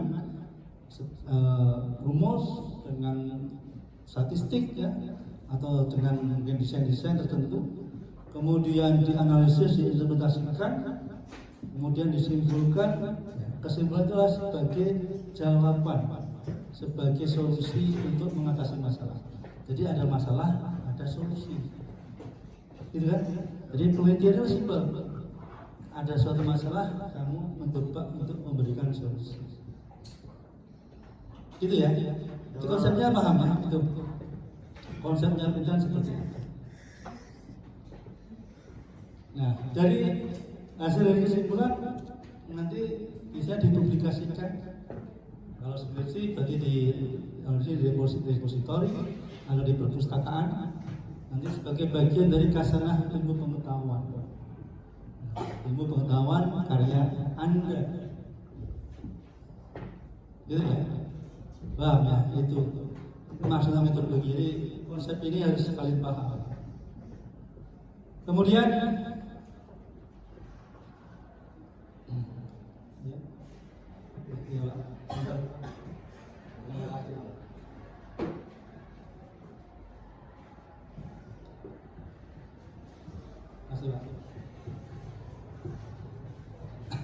ya, jadi itu ya. Jadi ada masalah, kita temukan solusinya. Itu penelitiannya. Kemudian sistematika penulisan penelitian. Jadi saya tadi saya sampaikan, pertama itu ada judul, kemudian nama penulis, ya. Kemudian afiliasi. Ya kalau nama penulis, kalau di jurnal ini namanya authors gitu ya. Nanti kalian harus paham. Kemudian afiliasi adalah institusinya asalnya, afiliasinya. Kemudian ada abstrak, ada kata kunci, ya, keywords gitu. Abstrak itu ringkasan, kata kunci, keywords, biasanya 3 atau 5, 3 sampai 5. Kemudian pendahuluan, ya ini untuk penulisan kajian pustaka, metode, hasil pembahasan, kesimpulan, dan daftar pustaka. Ini biasanya urutan ya. Tetapi yang paling penting di sini adalah dari pendahuluan, kajian pustaka, metode, hasil, dan kesimpulan, dan juga daftar pustaka. Itu yang paling utama. Yang atasnya adalah bagian dari nanti yang disebut dengan apa? Muka, apa istilahnya apa? Kepala gitu ya. Nanti akan saya sampaikan di sini. Jadi sistematika penulisan ini saya ibaratkan seperti ini, anak atau manusia. Saya ibaratkan sebagai manusia. Jadi manusia itu ada terdiri dari ada kepala, ya, ada tubuh, ada kaki. Ya. Kalau tadi penulisan ilmiah ini ya sama, saya bagi juga 3 ini. Ini tadi ya. Saya bagi 3 bagian. Ini tadi saya bagi 3 bagian. Kepala yang mana? Kepala adalah di sini. Dari judul, penulis, afiliasi, abstrak, kata kunci, itu adalah saya persepsikan sebagai kepala. Karena apa? Itu yang pasti tampil di depan.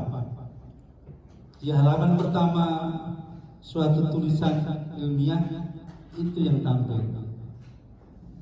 Orang yang tampil di awal apa? Yang tampil untuk menghadap orang lain.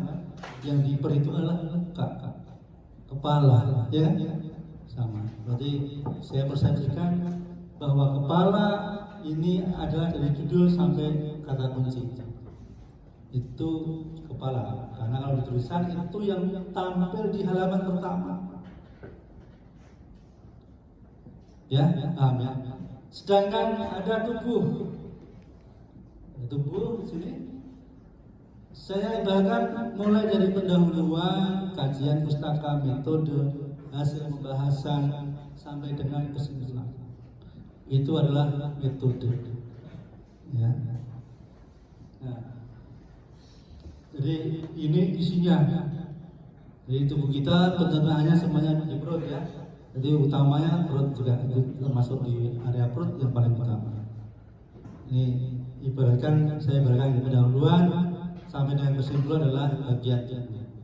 Dan kaki adalah daftar pustaka. Itu yang menjadi PR di STD Bawaslu. Kajian terkait dengan daftar pustaka itu masih sangat lemah. Anda lihat deskripsi alumni, daftar pustakanya ada berapa biji? Paling itu 10. Ya, itu pun isinya regular, peraturan undang-undang.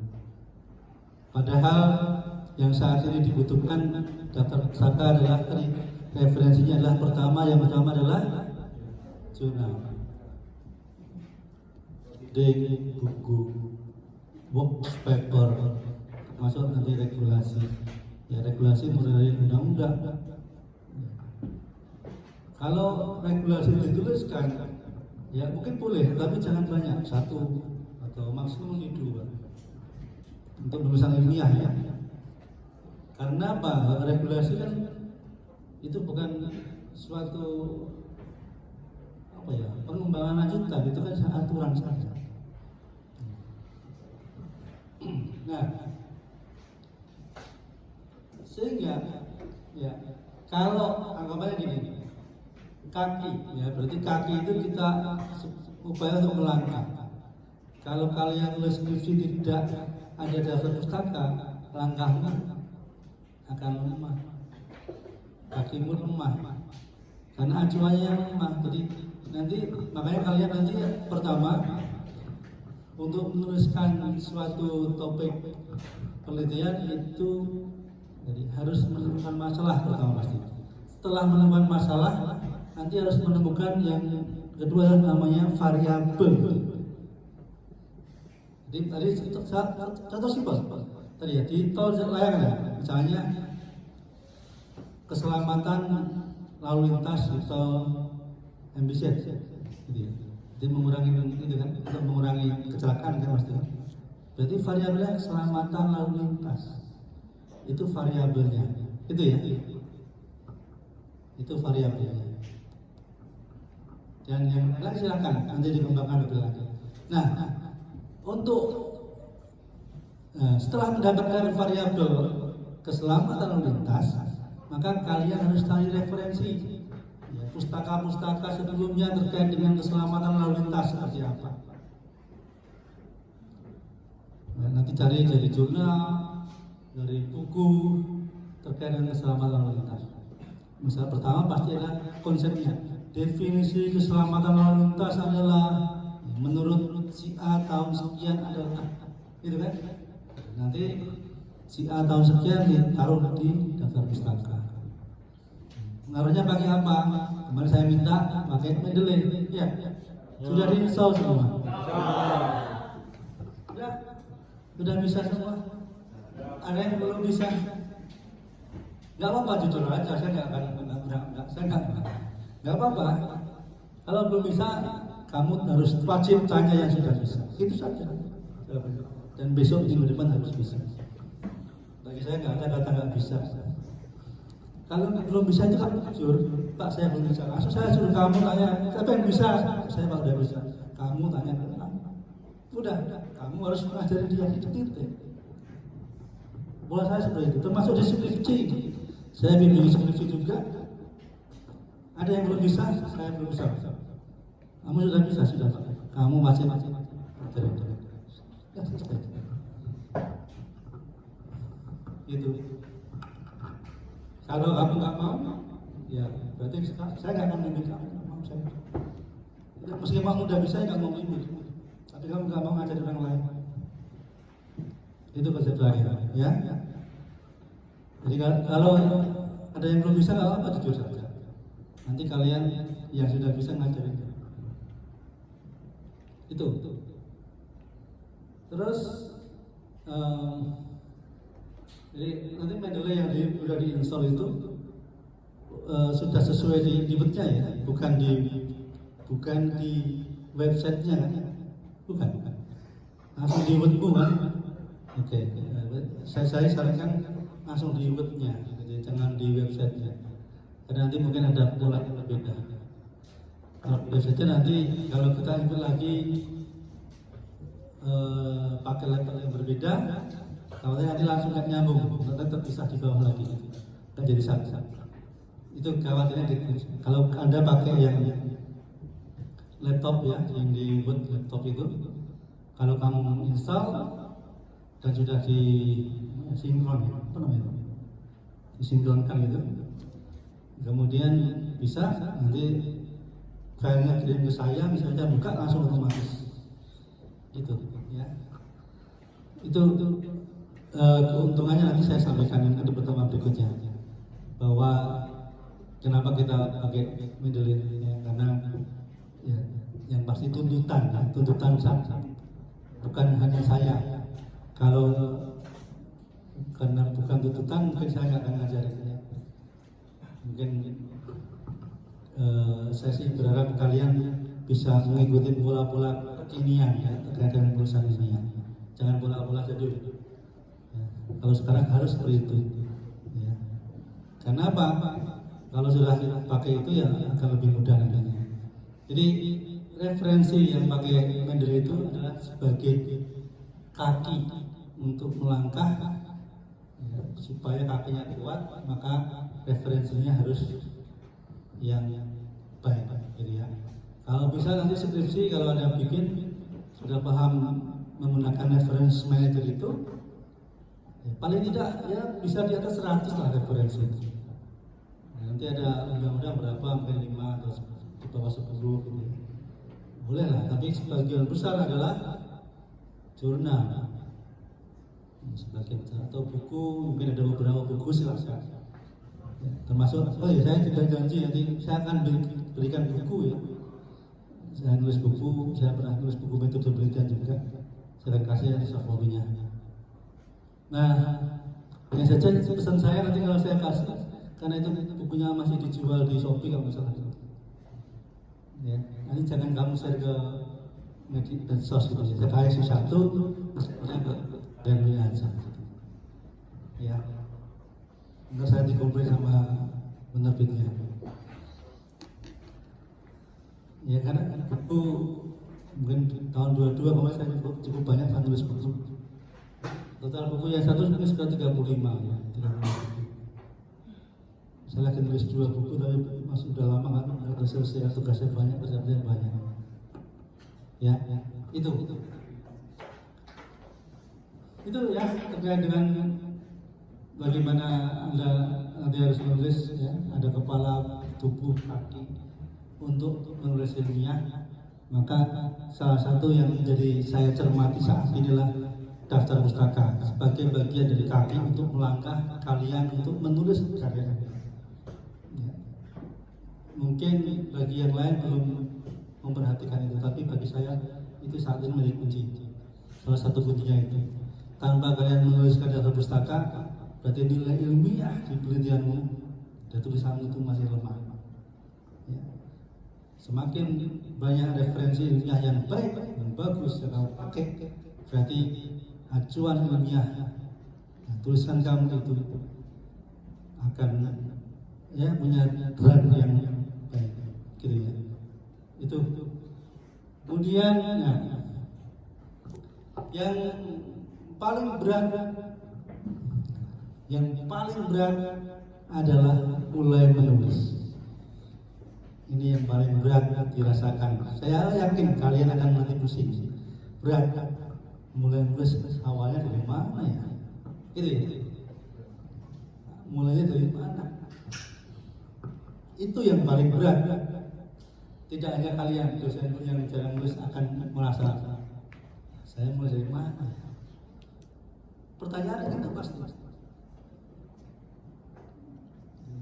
Yang paling berat bagaimana mulai menulis? Tetapi kalau nggak dipaksa ya nggak akan.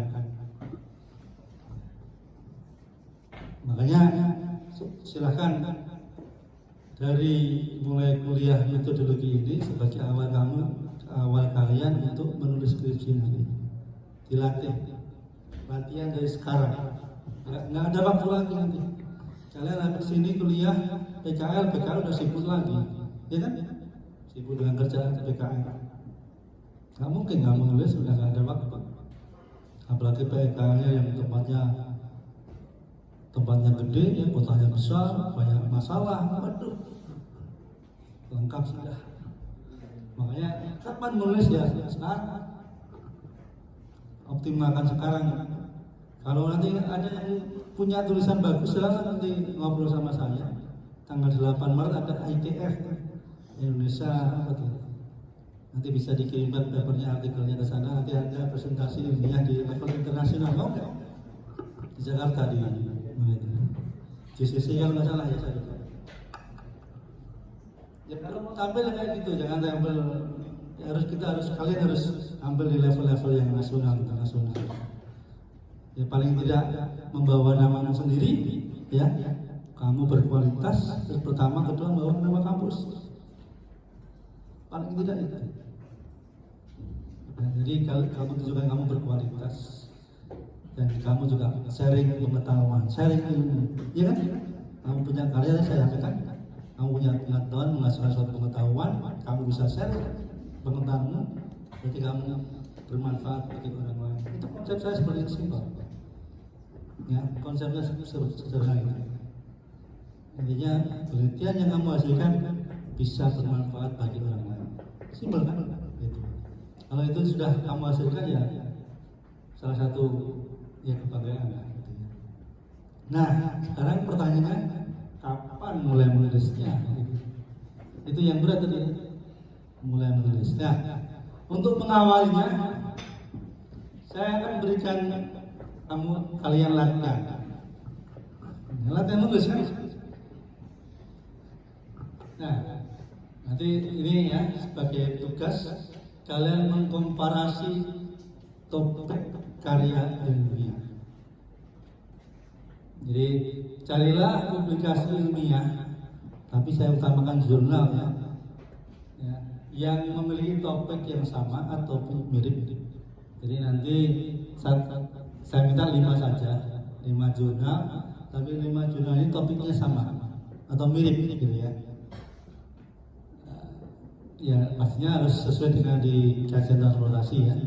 Kemudian identifikasi dan komparisikan jurnal yang dipilih itu, nanti di formatnya pakai tabel seperti ini. Ini latihan menulis. Ini akan menyusun konsep. Nah, sekarang topiknya apa? Silakan kalian masing-masing. Ini sebagai cara pengertian. Misalnya topik atau variabelnya apa? Misalnya di keselamatan lalu lintas, ya kan?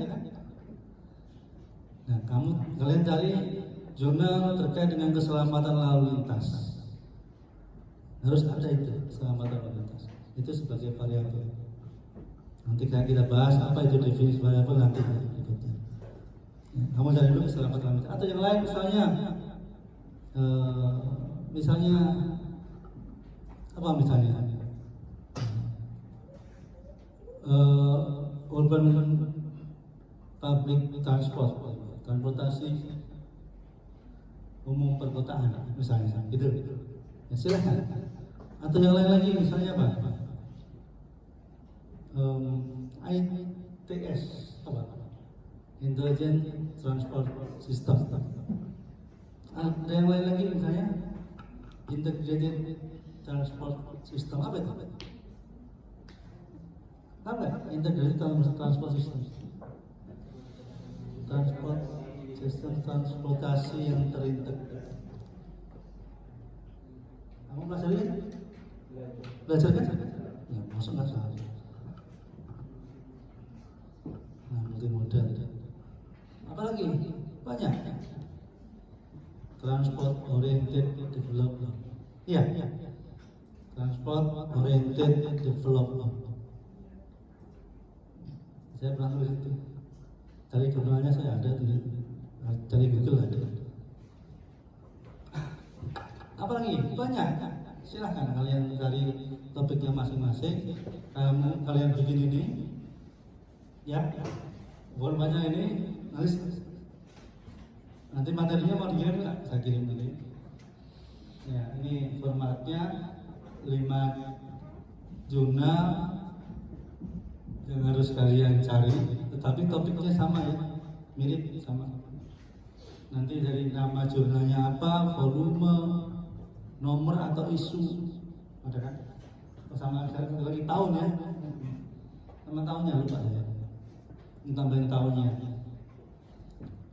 Kemudian ditambahkan ini ada pendahuluannya apa, yang dibahas pendahuluannya tentang apa, permasalahannya tentang apa. Jadi pendahuluannya membahas permasalahan yang dikaji apa. Kemudian kajian pustaka utamanya kamu sampaikan apa saja, 3 atau berapa. Pustaka utama yang dirujuk dia dengan siapa. Kemudian metode penelitian apa misalnya? Misalnya nomor 1 dia pakai metode kuantitatif. Nomor 2 nanti metode kualitatif. Nomor 3 eksperimen. Nomor 4 R&D misalnya. Misalnya beda-beda. Terus hasil itu nanti biasanya di kesimpulan atau di atasnya kesimpulan gitu ya. Di hasil pembahasan yang bagian akhir gitu. Nanti kalian cari ya. Nanti bedanya apa dari 1 ya, dengan 1, 2 sampai 5 itu apa? Ini latihan menulis dulu. Ya, latihan menulis terkait dengan belajar konsep. Nanti di pertemuan berikutnya kita belajar pendahuluan dan cari masalah. Kalau pendahuluan kan cari masalah tadi saya sampaikan. Tapi ini saya minta Anda belajar konsep. Tapi saya belum jelasin teori kajian pustaka. Tapi saya minta Anda mulai menulis kan. Mulai menulisnya berawal dari sini. Cari jurnal dulu, kemudian dikelompokkan ya, yang topiknya mirip sama, dipilah seperti ini. Ini nanti bisa dibutuhkan untuk mengisi bab 2 di kajian pustaka. Itu ya. Di sini belum banyak ya. Nulis seperti lagi saya mulai bimbingan skrip saya di kajian pustaka harus menyajikan paling tidak 10 publikasi jurnal terkait dengan variabel yang dipilih. Sumbernya dari mana, konsepnya, gitu. Supaya kakinya kuat, gitu ya. Supaya kakinya kuat, dasarmu nulis terkait dengan keselamatan lalu lintas apa? Ini jawaban saya. Itu kan jawabnya simpel kan? Nah.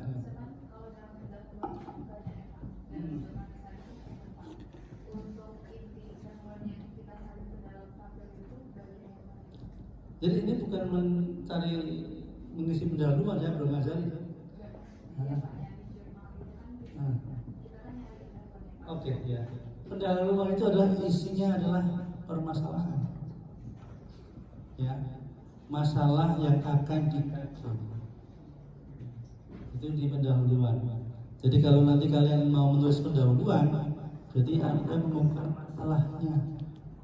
Masalah yang mau dikaji seperti apa, tunjukkan bukti-bukti empirisnya atau bukti-bukti teoritisnya.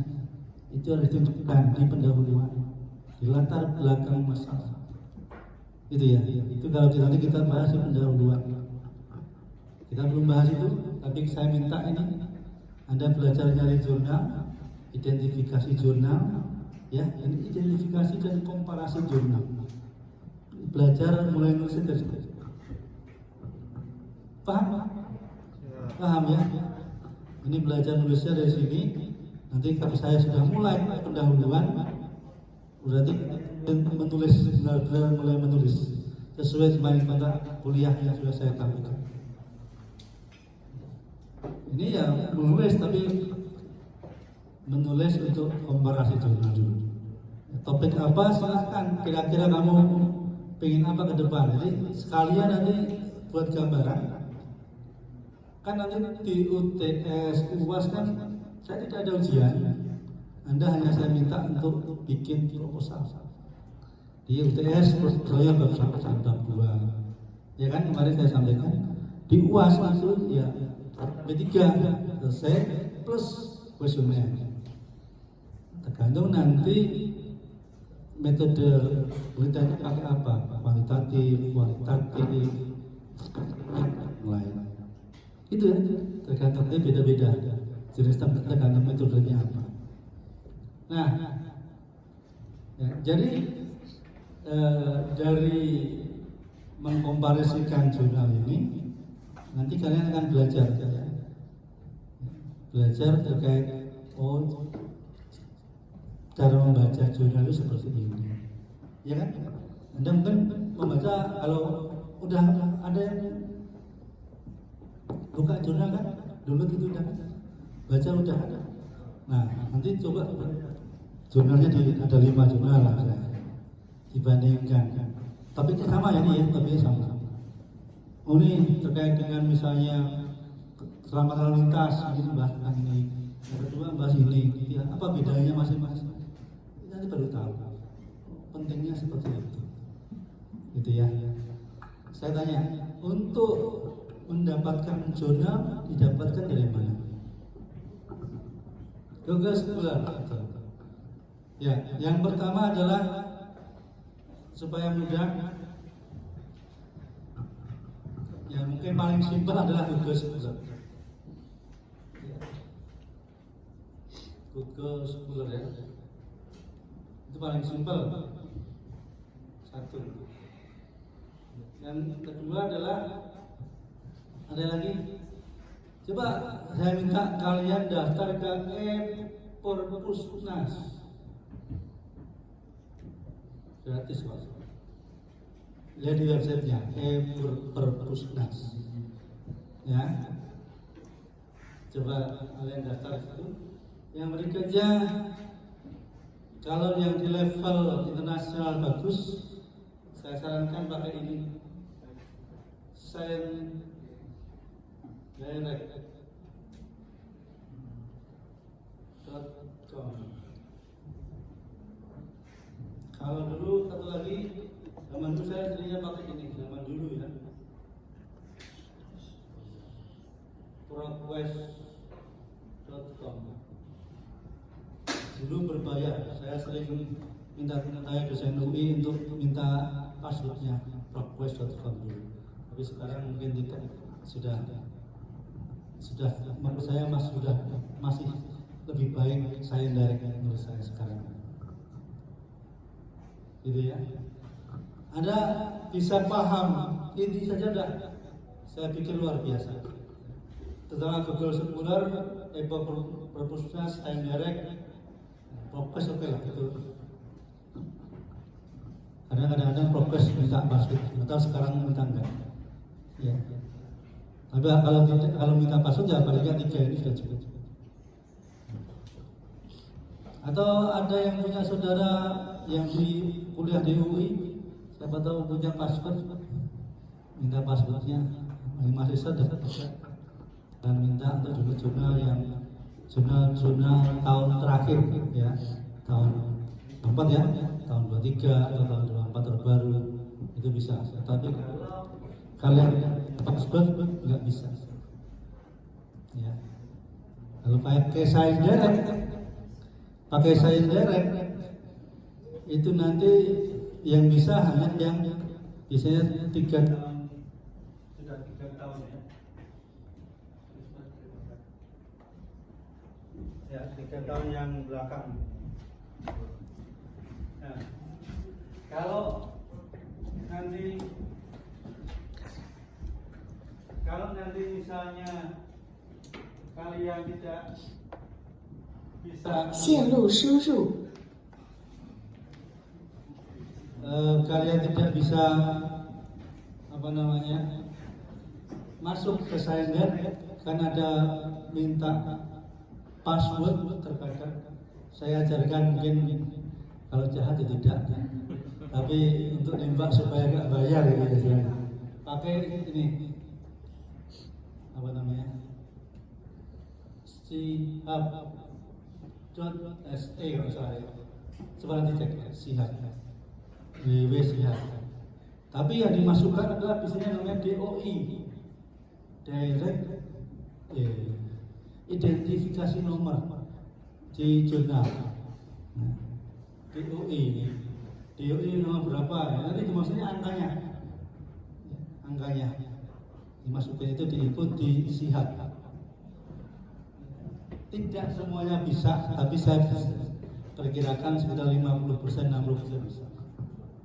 Ya, yang tidak bisa biasanya adalah terbitan tahun 23 kan agak baru nih. Mungkin nggak bisa, mungkin 24 apa lagi. Tapi kalau yang tahun-tahun lama tembak pakai Sihab biasanya bisa. Begitu ya. Ini tugas sudah. Ada yang masih belum jelas terkait tugas? Ya, jelas ya. Ya, ada ya, tanya silakan. Ya, nanti mungkin saya minta ke depan kan kita akan bahas terkait dengan materi kuliah berikutnya. Nanti kita coba ke pendahuluan. Dan sebelum itu nanti kita bahas ini, mungkin presentasi 1-2 orang dulu lah untuk menghasilnya seperti apa. Nanti kita sharing dulu. Jadi nanti biasanya kuliah saya nanti ada beberapa yang harus siap presentasi, termasuk mungkin ada setelah saya ngajarin pendahuluan, kalian tulis pendahuluan full ya, full satu pelajaran saya ini full untuk presentasi kalian. Bisa gitu ya. Nanti ke kelompok untuk presentasi di pendahuluan, kajian pustaka dan lain-lain. Dan untuk ini ya nanti mungkin ada 2 sampel untuk presentasi, silakan siapa yang sudah. Nah, untuk sharing saja supaya nanti bahwa kita paham ya. Kalian juga sudah menulis, mencoba berusaha menulis, saya akan memberikan review, masukan ya.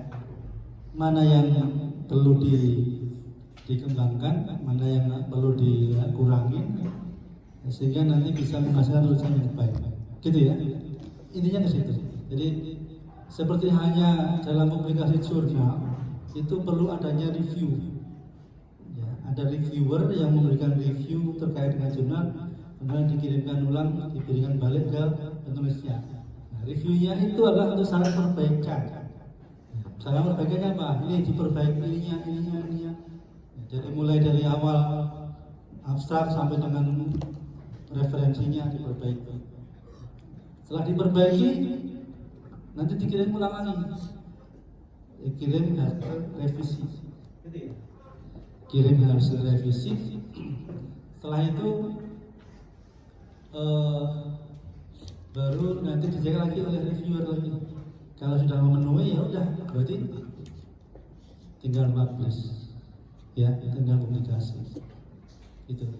Jadi mungkin itu yang penting. Jadi kalau nanti ada presentasi, saya akan memberikan review apa yang harus diperbaiki. Itu ya, sama kan? Hanya beda teknisnya saja. Tetapi intinya bahwa perbaikan yang saya sarankan ya pasti nanti bisa membuat kalian menulis yang lebih baik. Itu sih diharapkan seperti itu. Gitu ya. Itu ada yang mau tanya, silakan. Silakan. Mau nanya? Cukup Pak. Cukup ya? Ya. Cukup, kalau cukup kita akhiri. Jadi untuk hari ini saya pikir cukup perkuliahan terkait dengan etika dalam penelitian. Dan hari ini saya mengajar ini terkait dengan proses pelatihan pekerti dari UNIP ya. Jadi saya selaku peserta pelatihan pekerti, mengucapkan terima kasih atas kesempatannya. Dan semoga apa yang saya sampaikan dalam perkuliahan di pagi hari ini bisa bermanfaat buat kalian semua. Terima kasih. Kita akhiri dengan tutup nanti ya. Terima kasih. Assalamualaikum warahmatullahi wabarakatuh.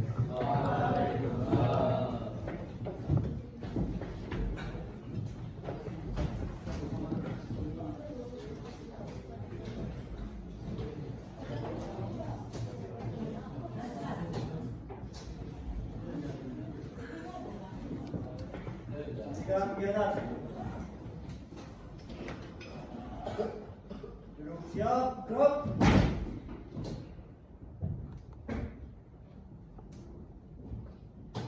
Perkuliahan pelajaran akan tidak pernah selesai. Kembali Pak. Yang keempat.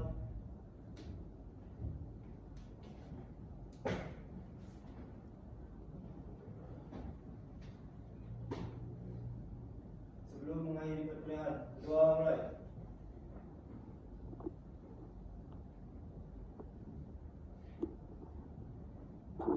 Doa selesai.